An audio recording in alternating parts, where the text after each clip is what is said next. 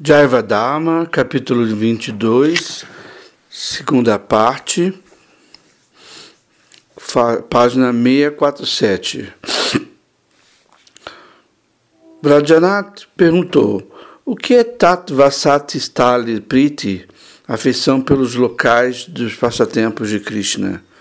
Babaji respondeu: quando um Bhakta faz o parikrama de Sri Navadvipadama, ele pergunta o seguinte: ó residentes do Dhamma, onde é o lugar do nascimento daquele que é o mais querido mestre de nossas vidas? Qual a direção que o grupo de Kirtana de Mahaprabhu passava? Por favor, conte-me onde nosso mestre realizava seus passatempos da tarde com as gopas. Os residentes de Dhamma irão responder: este lugar onde nós passamos é Sri Mayapur. Este lugar onde nós estamos é Sri Mayapur. Aquele local mais elevado que você vê em nossa frente, cercado por um bosque de planta de Tulasi, é o sublime local do aparecimento de Srimad Mahaprabhu aconteceu. É o sublime local onde o aparecimento de Srimad Mahaprabhu aconteceu. Olha os vilarejos de Ganga Magara, Simolaria, Ganga Gadigacha, Majadi e outros. O primeiro grupo de Sankirtan de Srimad Mahaprabhu passou por estes mesmos vilarejos. Ao ouvir tais conversas, tão doces, saturadas de prema dos lábios dos residentes de Gauda, seu corpo se arrepia de emoções. Seu coração fica repleto de bem-aventurança e as lágrimas escorrem dos seus olhos. Assim, ele realiza parikrama de todos os locais dos passatempos de Mahaprabhu. Isso é chamado de afeição pelos locais onde o Senhor realizou seus passatempos. Tattva Sati Stali Priti. Rajanatha perguntou: em qualquer pessoa em que observamos esse tipo de emoções, devemos entender que Rati por Krishna apareceu? Babaji falou: não, Rati é uma emoção, Bhava, que surge espontaneamente por Krishna. Uma emoção semelhante pode ser observada em relação a outros objetos, mas ela não pode ser chamada Rati. Vrajanatha perguntou: você poderia dar um dos exemplos para esse assunto ficar mais claro? Babaji respondeu: suponha que um homem deseje liberação, mas a adoração seca e difícil de Niveshesha Brahma parece-lhe enfadonha. Então, ele ouve em algum lugar que se pode muito facilmente obter mukti simplesmente ao recitar os nomes de Bhagavan. Por exemplo, a Jamila obteve mukti facilmente ao recitar os nomes de Narayana. Quando ele ouve isso, fica muito contente. Logo que ele se lembra do poder do Sri Harinama, pensando que ele vai receber liberação facilmente, ele fica eufórico e em êxtase, e isto faz cantar Sri Harinama e chorar continuamente até cair inconsciente. E neste exemplo, o nome recitado pelo sadhaka que deseja liberação não é Sudanama, e o Bhava que ele mostra não é Krishnarati, Sudabhava, porque seu sentimento espontâneo não é direcionado a Krishna. Seu principal objetivo é obter mukti e não Krishna Prema. O nome que ele recita é chamado Namabhasa, e sua exibição emocional, Bhava, denomina-se Bhava Abhasa. Um outro exemplo disso é o de uma pessoa que adora Durga Devi para obter desfrute material. Ele ora: por favor, dê-me bênçãos, por favor, dê-me riquezas. Então, pensando que Durga Devi irá satisfazê-lo, os desejos do seu coração, Tão logo fica satisfeito, ele exclama, ó Durga, e rola no chão diante dela, chorando. O bhava desta pessoa, ao chorar e cair no chão, não é Sudabhava. Algumas vezes é descrita como bhava basa, e às vezes como uma emoção falsa ou impura, kubhava. Bhava não pode surgir a menos que se adore Krishna de forma pura, Suda Krishna Bhajana.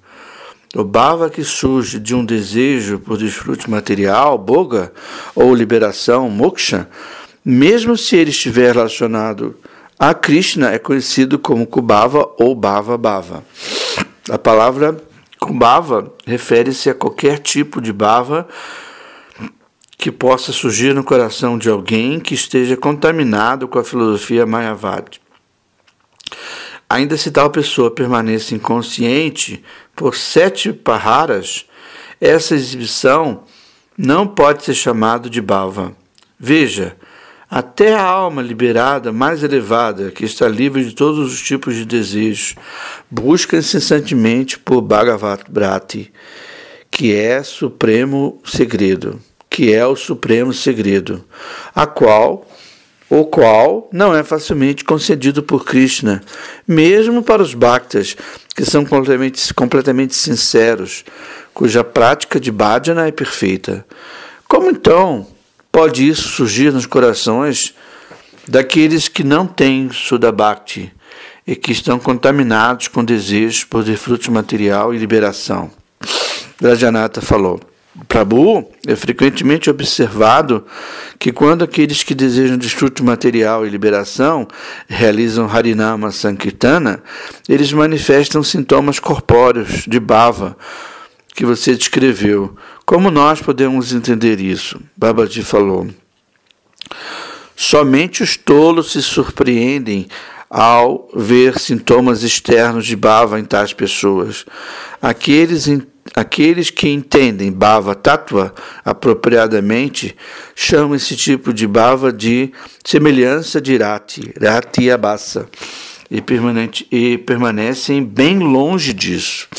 Vijaya falou, quantos tipos de rata abasa existem? Babaji respondeu, há 2 tipos de rati abasa, reflexo de rati abasa, Parindimba Rati Abasa, e a sombra de Rati Abasa, Chaya Rati Abasa. Vijaya falou, o que é Pratimbinda Rati Abasa?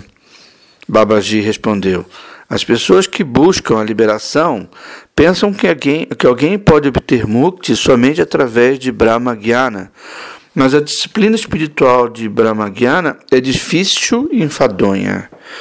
Alguns entendem que mukti pode ser alcançado simplesmente por realizar Harinama e que pode obter Brahma Gyana muito facilmente e sem esforço árduo. Quando eles pensam assim, eles se tornam bem-aventurados, esperando obter mukti sem ter que se esforçar demasiadamente. Então, essa semelhança, a basa, desta transformação corpórea, tais como lágrimas, arrepio, etc., aparecem em seu corpo. Tais transformações são conhecidas como Pratimbinda Abasa. Prajanatha perguntou, por que elas são chamadas refletidas, Pratimbinda? Babaji falou, se aqueles que desejam liberação ou desfrute material dos sentidos têm a boa fortuna de se associar com bhaktas avançados, ela também começa a adotar o processo de Harinama, Kirtana e assim por diante. Quando isso acontece, algum reflexo da lua de bhava no céu do coração do Sudha Bhakti também aparece no coração daqueles que estão sedentos por liberação. Este reflexo é chamado Pratimbinda. Sudha Bhava jamais surge nos corações daqueles que desejam gratificação dos sentidos materiais ou liberação, mas Bhava Basa surge neles quando eles veem o bhava de Sudha Bhaktas. Este Bhakta Abhasa é conhecido como Pratimbinda Abhasa. e geralmente não produz nenhum benefício permanente. Ele somente concede desfrute material e liberação e depois desaparece. Tal bhava basa pode também ser entendido como tipo de nama parada. Vrajanatha perguntou: por favor, explique-me a natureza de Chaya Abhasa Abhasa. Chaya Bhava Abhasa. Babaji falou: quando um Kanishta Bhakta, que não está familiarizado com o conhecimento do eu, Atma Tattva, associa-se com atividades, tempos, locais e bhaktas que são queridos por Hari, uma sombra, Chaya, de Rati, pode aparecer. Comparada ao próprio Rati, esta sombra é insignificante e instável por natureza. Mas ele cria curiosidade como os Sudas Bhaktas experimentam Rati e destrói aflições. Isso é chamado Chaya Rati Abhasa. A Bhakti desses Bhaktas pode ser pura até um certo limite, mas não é resoluta, e por isso ele surge como Rati Abhasa. De qualquer modo, tal Chaya Bhava Abhasa somente surge através da influência de muitas atividades piedosas. Pela associação dos Vaishnavas Satsanga, Chaya Bhava Abhasa torna-se puro e, logo em seguida, surge Shuddhabhava. Todavia, deve-se ter em mente que, não importa quão desenvolvido este bhava possa ser, ele gradualmente diminui com a lua na metade escura de um mês lunar. Se alguém comete alguma ofensa a um Vaishnava puro, e o que dizer de Bhava Bhasa?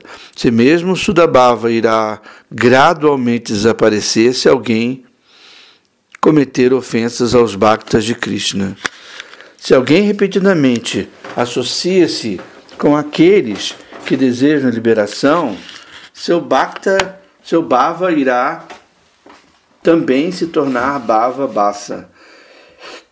Ou ele pode cair vítima do orgulho de pensar que é o próprio Ishvara. Por isso, algumas vezes é visto que quando novos bhaktas estão dançando, eles desenvolvem o desejo por liberação. Esses novos bhaktas não pensam cuidadosamente e nem consideram sua situação. E assim eles se associam com aqueles que buscam liberação. E isto acaba resultando em perturbações. Os novos bhaktas deveriam, portanto, cuidadosamente evitar a associação de pessoas que aspiram por liberação.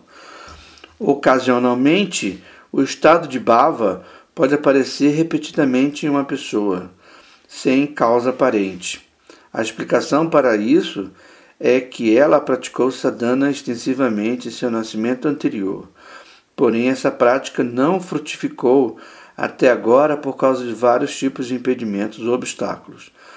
Contudo, Shuddhabhava aparece repetidamente em seu coração quando esses obstáculos forem removidos. Algumas vezes um excelente estado de bhava como este pode também despertar repetidamente por causa da misericórdia sem causa de Krishna. Esse tipo de bhava é conhecido como Shri Krishna Prasadya Bhava. Ninguém pode criticar a pessoa em que o verdadeiro bhava se manifestou. Embora alguém possa observar algumas pequenas falhas em sua conduta, uma vez que bhava tenha surgido, o sadhaka torna-se completamente bem-sucedido em todos os seus esforços. Sob tais circunstâncias, não é possível que ele comporte-se pecaminosamente. Mas, se qualquer conduta pecaminosa,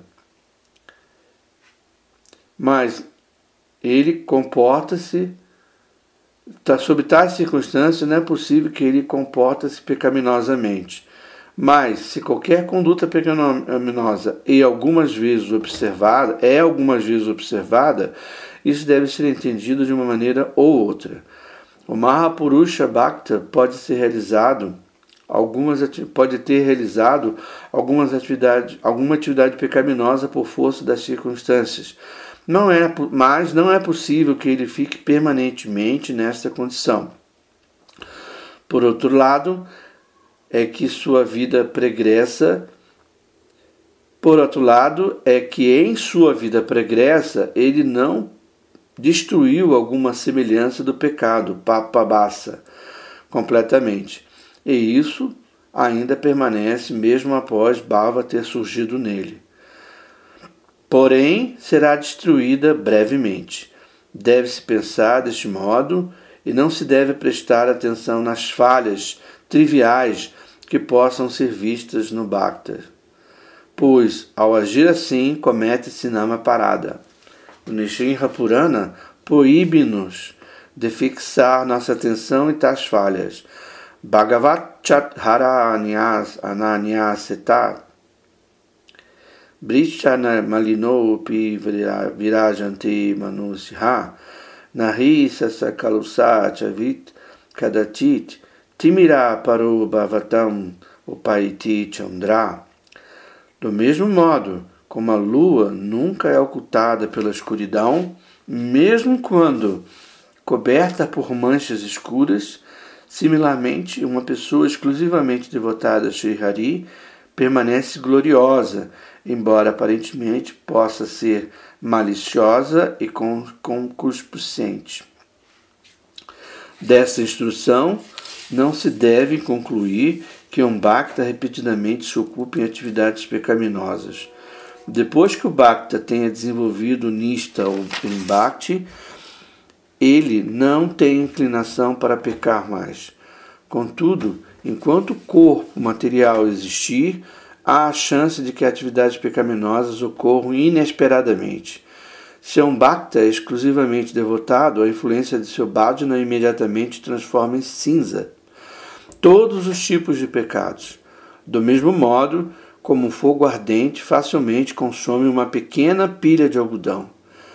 De modo que ele torna-se cauteloso para não ser outra vez vítima de nenhuma atividade pecaminosa. Todos os tipos de atividades pecaminosas são dissipados no estágio de Ananya Bhakti, ininterrupta e resoluta. Assim, pode ser claramente entendida que aqueles que repetidamente se ocupam em atividades pecaminosas ainda não desenvolveram esse tipo de Bhakti. Ao se ocupar repetida e conscientemente em atividades pecaminosas, enquanto pratica Bhakti Yoga e Namaparada, Namaparada. Ao se ocupar repetidamente e conscientemente em atividades pecaminosas, enquanto pratica Bhakti Yoga, é Namaparada, a qual extirpa Bhakti completamente e lança-a para longe. Por isso, os Bhaktas mantêm-se distantes de tais ofensas.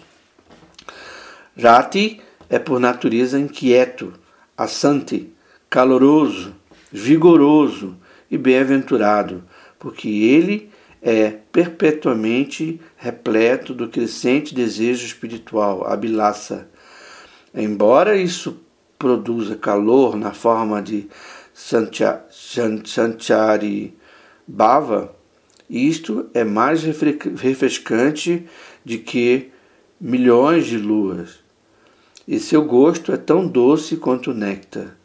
Quando Vrajanatha e Vijaya Kumara ouviram essas explicações de Bhakti Tattva, eles ficaram maravilhados e se sentaram em silêncio por um tempo, absortos em pensamentos de bhava.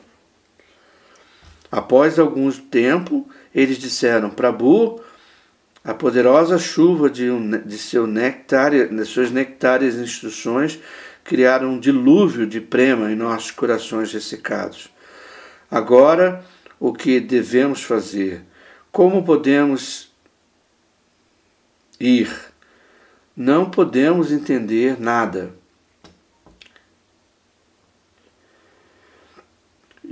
É muito difícil para nós alcançarmos bhava porque nossos corações estão desprovidos de humildade. Estamos cheios de orgulho por causa do nosso nascimento em família de Brahmana. E a única coisa que pode nos salvar é seu abundante amor e misericórdia. Se você nos conceder uma gota de prema, certamente poderemos alcançar nossos objetivos. Nossa única esperança é que fomos capazes de estabelecer relacionamento espiritual com você. Somos extremamente pobres, miseráveis e desprovidos. E você, o associado querido de Krishna, é supremamente misericordioso. Por favor, seja misericordioso conosco e nos instrua sobre o nosso dever. Vijaya Kumara tirou proveito da oportunidade e disse: Nesse momento, Prabhu, está surgindo o desejo em mim de renunciar à vida de chefe de família e viver como servente aos seus pés de lótus. Vrajanatha é somente um garoto e sua mãe quer que ele seja um grihastra, mas ele não deseja agir dessa forma. Por favor, dê suas instruções sobre o que ele deve fazer em relação a isso. Babaji disse: Ambos receberam a misericórdia de Krishna. Vocês devem servir a Krishna ao transformarem suas casas em um lar de Krishna.